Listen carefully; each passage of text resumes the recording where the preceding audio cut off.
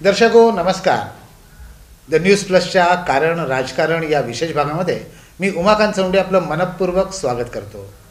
या विशेष भागातून आपण आजपर्यंत अनेक दिग्गजांना भेटलो आहोत, त्यांचे विचार जाणून घेतले आहेत. आज देखील आपण अशाच एका व्यक्तीला भेटणार आहोत आणि त्यांचे विचार जाणून घेणार आहोत. खरं तर ही विधानसभा लागल्यापासून अनेक उमेदवार या ठिकाणी शहर मध्य असो, उत्तर असो, दक्षिण असो किंवा 11 जे आपले मतदारसंघ आहेत त्याच्यामध्ये उभे आहेत. परंतु सर्वसामान्य लोकांना राजकारणाचं फार वेड असतं आणि अफवा देखील तेवढ्याच असतात. ह्या अफवा असू नयेत, प्रत्यक्ष उमेदवार काय म्हणतोय त्यासाठीच हे कारण आहे, कारण राजकारण. तर आज आपण या ठिकाणी भेटणार आहोत सोमनाथ वैद्य यांना.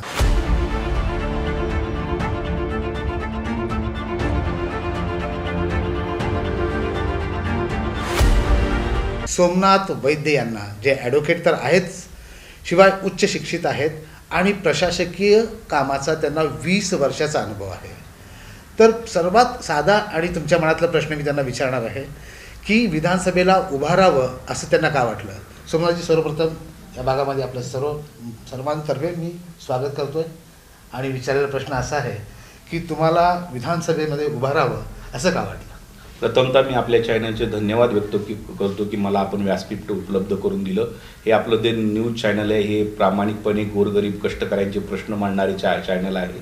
मी सतत ह्या चॅनलवरील बातम्या पाहतो आणि दक्षिण सोलापूरमधील वंचितांचे जे काही प्रश्न आहेत ते आपण ताकदीनं आपलं सरकारसमोर मांडताय, याबद्दल आपले प्रथमतः मी मनपूर्वक धन्यवाद व्यक्त करतो. जशी आपली भूमिका आहे तशीच, जसा लोकशाहीचा चौथा स्तंभ हा पत्रकारिता आहे, तसंच आपणही या दक्षिण सोलापूरच्या सर्वसामान्य जनतेला न्याय द्यायचा आणि जे प्रस्थापित राजकारणी आहे यांच्यापासून या जनतेचं शोषण थांबवायचं. यासाठी मी गेले 19 वर्षापासून प्रशासकीय कामात मंत्रालयात काम करत आहे अजूनही.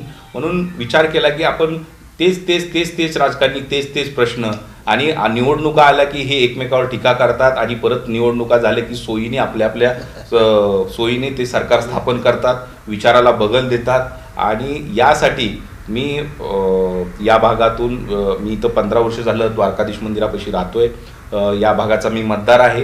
त्यामुळे मी विचार केला की ग्रामीण भागात आपण एकदम चांगल्या प्रकारे विकास करू शकतो. या जुळे सोलापूरमध्ये हद्दवाड भागामध्ये विकास झालेला नाही आहे, तिथे आपण अत्यंत चांगल्या प्रकारच्या सोयीसुविधा शासन स्तरावर आपण लोकांना उपलब्ध करू शकतो. आपण एक विकासाचं राजकारण या ठिकाणी करू शकतो, समाजकारण करू शकतो. म्हणून मी दक्षिण सोलापूर दक्षिण 251 विधानसभा मतदारसंघातून निवडणूक लढण्याचा निर्णय घेतला. मी इथे सामाजिक काम गेल्या 5-6 महिन्यापासून करत आहे आणि या कामाची दखल करून घेऊन इथल्या स्थानिक जनतेने मला मोठ्या प्रमाणात पाठिंबा दिला.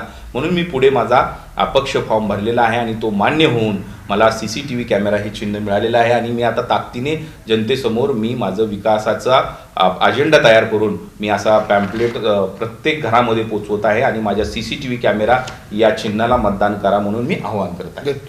सोमनाथजींनी सांगितलं की उभारण्यामागचा उद्देश त्यांचा काय आहे.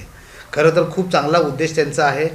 शिवाय मला आणखी एक त्यांना एक प्रश्न विचारायचा आहे की प्रशासकीय याच्यामधला त्यांचा अनुभव जो आहे, म्हणजे मंत्रालयातला असो, मंत्र्यासोबतचा असो, तिथल्या प्रशासनाचा असो, सरकारचा असो, ज्या योजना सर्वसामान्य तळागाळासाठी सरकार काढतं किंवा प्रशासन काढतं त्याची अंमलबजावणी नीटशी होत नाही, तळागाळातल्या लोकांना त्याचा फायदा होत नाही, असं बऱ्याच वेळा घडलेलं आपण पाहतो आहे. पण सोमनाथजींच्या सोबत 19 वर्षाचा अनुभव आहे.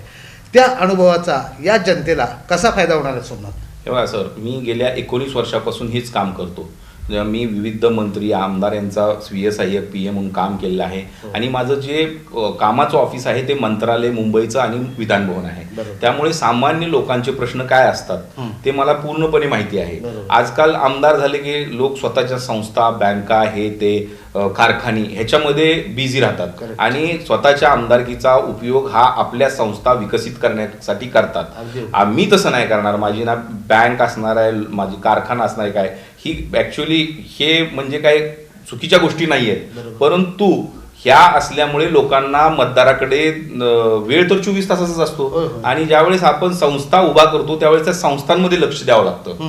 त्यामुळे ह्यांच्याकडे वेळ शिल्लक राहत नाही. हे लोकांची कामं करतो म्हणून मतदान मागतात, परंतु स्वतःची संस्था मोठ्या करतात आणि पुन्हा त्यातून त्यांना तिथं वेळ मिळत नसल्यामुळे अनावधानांनी ते पण हातबल होतात. बरोबर. पण मी जर मला ह्या भागातल्या लोकांनी मतदान केलं, माझ्या CCTV कॅमेरासमोर बटन दाबून मला मतदान केलं, तर मी एवढंच इथल्या मतदाराला मी नम्रपणे सांगू इच्छितो की हा व्यक्ती तुमच्यासाठी 24 तास अवेलेबल असेल.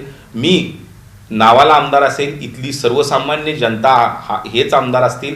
मी जनतेचा सालगडी म्हणून मंत्रालयात काम करेन, विधानभवनात काम करेन, जनतेचा सेवक म्हणून मी 24 तास तिथे प्रामाणिकपणे काम करण्याचा प्रयत्न करेन. 100% कामे पूर्ण करायचा प्रयत्न करेन. एवढंच मी या निमित्ताने सांगू शकतो. शासनाच्या ज्या वेगवेगळ्या विभागाच्या योजना असतात त्या ग्रामीण भागापर्यंत, तळागाळापर्यंत पोहोचवण्याचं काम हे खरं तर लोकप्रतिनिधीचं असतं, बरोबर. आमदाराचं असतं. परंतु आमदार आणि त्यांचे प्रतिनिधी, त्यांचे जे ऑफिसचा स्टाफ असतो तो हे काहीही बघत नाही आणि अजबाबदारी 4.5 वर्ष काम करतात आणि शेवटचे 6 महिने फक्त कार्यकर्त्यांना 50-60-100 कार्यकर्त्यांना सांभाळण्याचा प्रयत्न करतात आणि त्यांच्या माध्यमातून तळागाळात पोचण्याचा प्रयत्न करतात आणि जनता तिथंच फसते.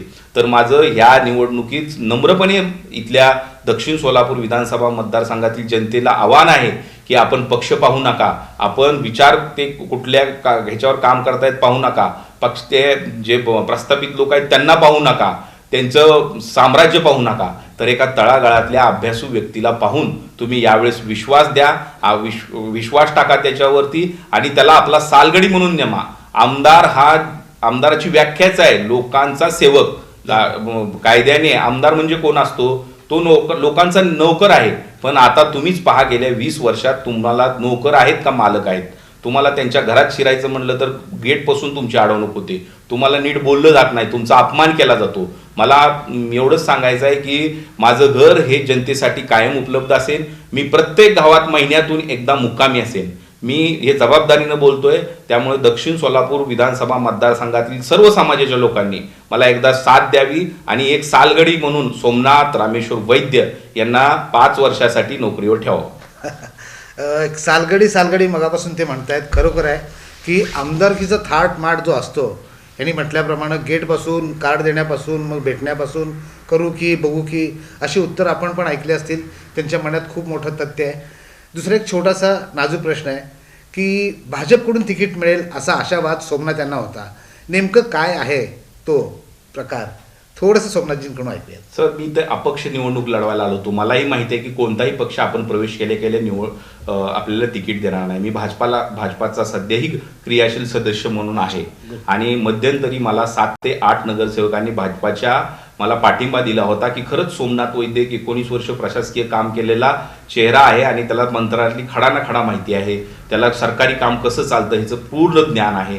या सगळ्या गोष्टी या ज्या सगळ्या गोष्टी आहेत त्याचं ते प्रभावित झाले होते. मी इथं विविध समाजाचे विविध कार्यक्रम केलेले होते, आध्यात्मिक कार्यक्रम केलेले होते. त्यामुळे ह्या सगळ्या कामातला ते प्रभावित होऊन त्यांनी मला पाठिंबा दिला आणि त्यांनी सांगितलं की तुम्ही अत्यंत अभ्यासू आहात, तुम्ही आमच्या पक्षाकडे तिकीट मागा, पक्ष आमचा 100% तुम्हालाच तिकीट देईल.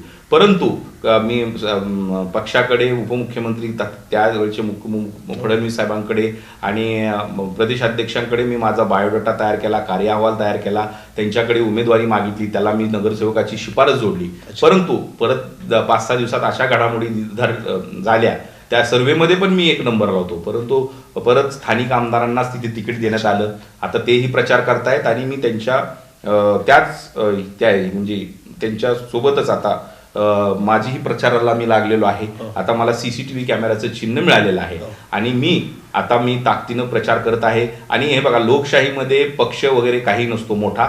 लोकशाहीमध्ये सर्वसामान्य जनता हीच मोठी आहे. त्यामुळं दक्षिण सोलापूरची जनता हाच माझा पक्ष हे मनात मी ठेवलेलं आहे आणि मला 100% माहिती आहे सर्व पक्षीय जनता ही प्रस्थापित नेत्यांना वैतागलेली आहे, त्यांना यावेळी बाजूला करणार आहे. ठीक आहे, सध्या माझे कार्यकर्ते नसतील, परंतु जर मी ही निवडणूक जिंकलो तर माझे संपूर्ण गाव कार्यकर्ते होईल पुढे. एवढं मी लोकांना विश्वासात घेऊन त्यांचं सेवा करण्याचा प्रयत्न करीन. माझे सध्या लिमिटेड कार्यकर्ते आहेत, ते माझ्यासाठी धडपडत आहेत, प्रामाणिक काम करतायत. परंतु आता ह्यांच्यासोबत पक्षाची यंत्रणा असल्यामुळे ह्यांचा आता प्रचार थोडा उठून दिसेल, परंतु जनतेने उठून दिसणाऱ्याला सध्या स्वीकारू नये. जो जनतेने यावेळेस स्वतःच्या बुद्धीचा वापर करावा आणि काम करणारा कोण आहे, आपल्याला 5 वर्ष सतत अवेलेबल उपलब्ध होणारा व्यक्ती कोण आहे, जो आपली व्हॉट्सअपवर लेटर पाठवले, व्हॉट्सअपवर मेसेज टाकले तर तो लगेच 2 मिनिटात बघणारा कोण आहे आणि त्याला रिप्लाय देणारा कोण आहे, ह्याचं मूल्यमापन यावेळेस जनतेने करावं. सिनियर सिटीजन पासून तरुण वयातल्या मुलांनी आपल्या भविष्याचं निर्माण कोण करू शकतं आणि सिनियर सिटीजननी आपल्याला आपल्या आयुष्याच्या शेवटी आधार कोण देऊ शकतं याचा विचार करावा आणि तेवढा विचार करून कुठल्याही भावनिक गोष्टीला बळी न पडता त्यांनी मला साथ द्यावी, एवढंच मी या निमित्तानं आपल्या माध्यमातून सांगतो. सोमनाथजींनी सांगितलं की बरंच काही ते सांगतायत आणि त्यामध्ये तथ्य देखील आहे. सगळ्यात महत्त्वाचे म्हणजे या मतदारसंघामध्ये दिग्गज व्यक्ती उभे आहेत. म्हणजे तुम्ही जसं म्हणाल की त्यांच्यासोबत पक्ष आहे, 2 टर्मचा आमदारकीचा अनुभव आहे किंवा कोणाचे मोठमोठे कारखाने आहेत. तर या सगळ्यांना फाईट देण्यासाठी काय यंत्रणा राबवत आहे, काय सांगाल आमच्या जनतेला? हे बघा, दिग्गज कशाने म्हणता तुम्ही, संपत्तीने दिग्गज म्हणता का? तर जिल्ह्यात सगळ्यात मोठं ॲफिडेव्हिट माझा आहे. 19 कोटी रुपयाचा माझा व्हाईट इन्कम मी माझ्या ॲफिडेव्हिटमध्ये दाखवलेला आहे. त्यामुळं तसं बघायला गेलं तर दिग्गज इथं मीच आहे. जर ॲफिडेव्हिटहून अभ्यास केला आणि तुम्ही संस्थेचा अभ्यास केला तर ते असू शकते, परंतु तुम्हाला माहित आहे जेवढा माणूस मोठा तेवढा त्याच्या खाली बुडाखाली अंधार असतो असं म्हटलं जातं. त्यामुळं दिग्गज वगैरे काही नाहीये. मनानं दिग्गज कोण आहे बघा, कामानं दिग्गज कोण आहे जनतेला मी सांगू इच्छितो की कामानं दिग्गज भविष्यात तुम्हाला कोण होणार आहे, तुमची सेवा कोण करणार आहे आणि तुम्ही हक्काने कुणाला भांडू शकणार आहे, अशाच व्यक्तीला मला जनतेला नम्रपणे विनंती करायची आहे की यावेळेस आपण उत्स्फूर्तपणे मतदान करावे आणि एका सुशिक्षित व्यक्तीला मतदान करावे. कारण आता तुम्ही पाहताय बॅलेट पेपरवर 25 लोकांची यादी झालेली आहे. त्यामुळे आता आपल्याला संधी आहे तिथं मतदान करायला. सोमनाथजी म्हणतात ते अगदी बरोबर आहे. त्याचबरोबर एक छोटासा प्रश्न त्यांना विचारावासा वाटतो. सोलापूर दक्षिणमध्ये लिंगायत समाज फार मोठ्या प्रमाणात आहे, त्यानंतर धनगर समाज आहे, बाकी सगळं तुम्ही अभ्यास केला असाल तर लिंगायत समाजाचा पाठिंबा कशा पद्धतीनं आपल्या पाठीशी? हे बघा, भारत माझा देश आहे, सर्व भारतीय माझे बंधू आणि भगिनी आहेत. हे आपण पहिलीपासून प्रार्थना आपण करतोय. त्यामुळं मला जातीभेद आम्हाला कधीच मान्य नाही. आमचे जगद्गुरु महात्मा बसवेश्वर साहेबांनी समतेचाच संदेश या सर्व समाजाला दिलेला आहे. कर्मातून आपल्याला उन्नती करायची आहे. काय कवे कैलास या माध्यमातून ज्या व्यक्तीचं कर्म चांगलं होईल त्याला कैलास गाठता येईल, म्हणजेच की त्याला सर्व सुख समृद्धी मिळेल. त्यामुळे मला जनतेची सेवा करायची आहे. तुम्ही पाहिलं असेल की मी गेल्या 4-5 महिन्यात मुस्लिम समाजात जाऊन मी उपक्रम घेतलेले आहेत. मी गोरगरिबांना मदत केलेली आहे, मी त्यांची सेवा केलेली आहे. धनगर समाजात मी तिथे जाऊन अनेक प्रकारचे कार्यक्रम उपक्रम घेतले आहेत. लिंगायत समाजामध्ये पण जाऊन मी स्वतः लिंगायत समाजाचा आहे, परंतु समाजावर मतं मागणे हा गुन्हा आहे आणि मी कधीही करणार नाही. मी स्वतः ॲडव्होकेट आहे, वकील आहे. त्यामुळे भारत हा माझा देश आहे आणि माझे सर्व जाती धर्माचे लोक बंधू भगिनी आहेत आणि एक सेक्युलर आपण काम केलं पाहिजे आणि त्याचबरोबर आपल्याही धर्माचा आपल्याला अभिमान असला पाहिजे. आपणही आपल्या धर्माने घालून दिलेल्या गोष्टीचं समाजापुढे ताकदीनं प्रचार केला पाहिजे. त्यामुळं मला एवढंच विकासावर मी मते मागणार आहे. जनतेने मला एकदा संधी द्यावं. 5 वर्षात मी जनतेपुढे एवढं मोठं काम करून ठेवीन की पुढच्या वेळेस जनताच माझा प्रचार करणार आहे. सोमनाथजी म्हणतायत की राजकारण जातीवर नसतं तर ते समाजकारणावर असतं. सगळ्या समाजाला घेऊन जर आपण पुढे गेलो तरच समाज पुढे जाईल, अर्थात त्यामुळे देश पुढे जाईल असं त्यांचं म्हणणं आहे. खूप चांगले विचार आहेत त्यांचे. त्याचबरोबर आता गेल्या अनेक वर्षापासून आपण पाहतोय की अनेक आमदार आले गेले दक्षिणमध्ये, परंतु दक्षिणचा विकास झालेला नाही. प्रत्यक्षात आपण पाहू शकतो साहेब, त्या ठिकाणी बऱ्याच लोकांची भावना अशी आहे की इतकं वर्ष कुणालाही निवडून दिलं तरी विकास होत नाही आहे आणि मोठे मोठे नावं पण त्यांनी सांगितली तरी विकास होत नाही आहे. यावर काय बोलाल सर आपण? हे बघा, राजकारण्यांनी आणि पक्षांनी लोकांना गृहीत धरलेलं आहे. कुठला तरी एक अजेंडा द्यायचा, भावनिक अजेंडा द्यायचा, धार्मिक अजेंडा द्यायचा आणि त्याच्यावरती 2 महिने अगोदर काम करायचं आणि जनतेला मतं मागायची. परंतु आज लोकांमध्ये किती प्रॉब्लेम आहेत. आरोग्याच्या सुविधा नाहीयेत स्थानिक लेवलला, शैक्षणिक सुविधा नाहीयेत. आज लहान मुलांना रस्त्याने चालत जावं लागतं, सायकलवर जावं लागतं. आज साध्या ESTच्या सोयी सुविधा ग्रामीण भागापासून मोठ्या गावाला, छोट्या छोट्या गावापासून, वाड्या वस्त्यापासून मोठ्या गावाला जिल्हा परिषदच्या शाळेला यायला EST नाही आहेत. त्यासाठी गोरगरिबांच्या मुलांना झगडावं लागतंय. म्हणजे आणि तसंच आरोग्यात मध्ये मी ग्रामीण भागात दौरे करत होतो. 2-3 मुलांना साप चावले, त्यांना सिव्हिलला इथं आणलं, परंतु त्यांना तिथं ट्रीटमेंट मिळाली नाही, त्यामुळे त्यांचा जीव गेला. आणि हे कुणाचं काम आहे? स्थानिक आमदाराचं काम आहे. आता तुम्ही सांगा, आणि पिण्याला स्वच्छ जे आपले मूलभूत सुविधामध्ये पिण्याचं पाणी स्वच्छ नाहीये. दूषित पाणी पिऊन लोक आजारी पडतात आणि त्याच्यामुळे त्यांना त्यांच्या अर्थकारणावर परिणाम होतो. महिन्यातून एकदा आजारी पडले तर डॉक्टरकडे 1000 रुपये त्यांना खर्च करावे लागतात. तर चांगले रस्ते, स्वच्छ पाणी, आरोग्य आणि शैक्षणिक ह्या सुविधा ह्याच देणं हे स्थानिक आमदाराचं काम आहे. बाकी लोक तुम्हाला काय त्यांच्या घरचा परपंच करा म्हणत नाहीत किंवा तुम्हाला त्यांच्या घरी राशन पाणी भरा म्हणत नाहीत. जे सरकारने द्यायला पाहिजे, आणि हे ते काय आपण सरकार हे देऊन उपकार करणार नाहीये, तर जनता प्रत्येक गोष्टीला टॅक्स भरते. बरोबर आहे. त्या टॅक्स रुपी पैशातून हे जनतेला द्यायचं हे काम आहे. परंतु हे काम स्थानिक लोकप्रतिनिधी कोण होताना दिसत नाहीये. लोकप्रतिनिधीचा अभ्यास कमी पडतो. मी जर आमदार झालो तर प्रशासनामध्ये 1% सुद्धा लॅक्युना ठेवणार नाही, आणि प्रत्येक विभागाची जातीनं बैठक घेऊन मी प्रत्येक विभागाचं काम खेडेगावात पोहोचवेन. माझी स्वतःची यंत्रणा असेल, माझा स्वतःचा स्टाफ तिथं जाऊन एखादी योजना कार्यान्वित होतीये का नाही, लोकांना त्याचा फायदा होतो का नाही, याचा दर महिन्याला सर्वे मी करेन. आणि मी जबाबदारीनं ह्या पेरोलवरती, जनतेच्या पेरोलवरती प्रामाणिकपणे काम करेन. आतापर्यंत मी विविध मंत्री आणि आमदारांचा 19 वर्ष PA काम केलेलं आहे. आपण माझी चौकशी करू शकता. त्यांनी प्रत्येकाने मला उत्तम प्रशस्ती पत्र म्हणून दिलेलं आहे. तसं मला जनता आमदार केल्यानंतर 1 महिन्यातच सर्व गावातून ठराव येतील की आमदार असावा तर असा. सोमनाथजी खूप छान विश्लेषण करतायत स्वतःविषयी, पक्षाविषयी, समाजाविषयी. महत्त्वाचं म्हणजे आता जे काही मूलभूत सुविधा देखील नाही असं म्हणतायत, तर त्यांचा जाहीरनामा काय आहे, जाहीरनाम्यात त्यांनी काय जाहीर केलेलं आहे, आणि ते जर जाहीर करून नुसतंच थांबणार आहेत का त्याचे इम्प्लिमेंटेशन होणार आहे, काय सांगतील सोमनाथजी? हे बघा सर, मी आता जाहीरनामा माझा मतदारसंघाचं व्हिजन तयार केलेलं आहे. ब्लू प्रिंट मी थोडक्यात मी मांडलेली आहे. अशा साधारणपणे मी अशा पॅम्पलेट काढलेल्या आहेत, आणि ह्या पॅम्पलेट मी गावोगावी घरापर्यंत पोहोचवत आहे. मी जरी आता थोडाच वेळ राहिलेला आहे, 10 ते 12 दिवस राहिलेले आहेत, आणि या 10-12 दिवसात 70 गावामध्ये पोहोचणं आणि वार्डातील प्रत्येक घराघरात पोहोचणं कोणत्याही आमदारांना शक्य होणार नाही. आणि जो धाडस करतोय, नवीन व्यक्ती जर धाडस करतोय, त्याला तर शक्यच होणार नाही, कारण काम लिमिटेड आहे, मतदारसंघ मोठा आहे. त्यामुळं आपल्या माध्यमातून, वृत्तपत्रातून, कागदाद्वारे मी जनतेपर्यंत पोहोचायचा प्रयत्न करतोय. परंतु जनतेला माझं नम्रपणे विनंती आहे की जरी मी आत्ता नाही पोहोचलो तर इलेक्शन नंतर मी आपल्याकडे थेट पोहोचणार आहे, आणि आत्ता तुमच्याकडे जे पोहोचणार आहेत ते इलेक्शन नंतर 5 वर्ष दुर्लक्ष करणार आहे.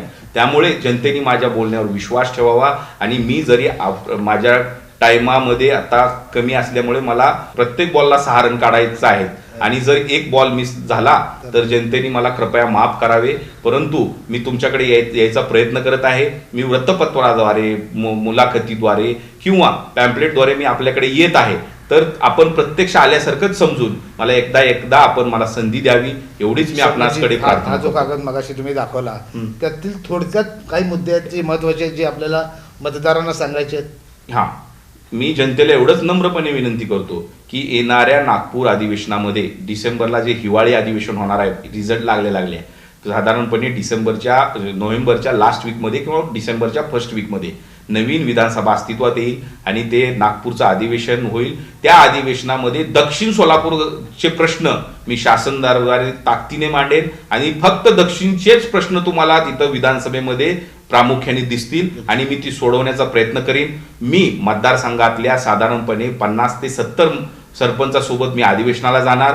या सोलापूर महानगरपालिकेतली 15 ते 20 सर्वपक्षीय नगरसेवकासोबत मी अधिवेशनाला जाऊन मी त्यांनी सांगेल तशा पद्धतीने माझे लेटर ड्राफ्ट करीन. माझ्या आमदाराच्या लेटर हेडवर ते तिथले जे काही सार्वजनिक प्रश्न आहेत त्याची मुद्देसूद मांडणी करून संबंधित मंत्र्यांना माझ्या शिष्टमंडळासंघ सोबत भेटून मी त्या 1 महिन्यात सोडवण्याचा प्रयत्न करणार आहे.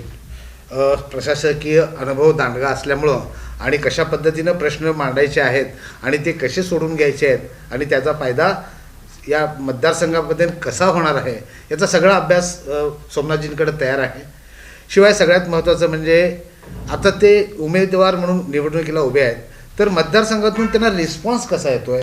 सर्वसामान्यांचा माणूस म्हणून त्यांना बघितलं जातं, कारण का सोमनाथ वैद्यांनी सांगितलं की मी सर्वसामान्यांचा माणूस आहे, माझ्या घरची बेल कधी वाजवा, अर्ध्या रात्री ते तुमच्यासाठी अवेलेबल आहेत. तर आत्ता सध्या रिस्पॉन्स कसा आहे सोमनाथजी? मला प्रचंड मोठ्या प्रमाणात रिस्पॉन्स आहे. मला सर्व गोरगरिबांचा विश्वास आहे, मोठ्या पुढाऱ्यांचा विश्वास आहे, जे राजकारणात 24 तास काम करतात त्यांचा प्रचंड प्रतिसाद आहे. मी अपक्ष अपक्ष म्हणून उभारलेलो आहे. मी प्रत्येक पक्षाच्या पदाधिकाऱ्याला सांगितले आपण प्रस्थापित नेत्यासोबत राहा, त्यांच्यासोबत राहून त्यांच्यासोबत काम करा, परंतु ज्या दिवशी मतदान करायचं आहे त्या दिवशी माझ्या नावाचा विचार करा.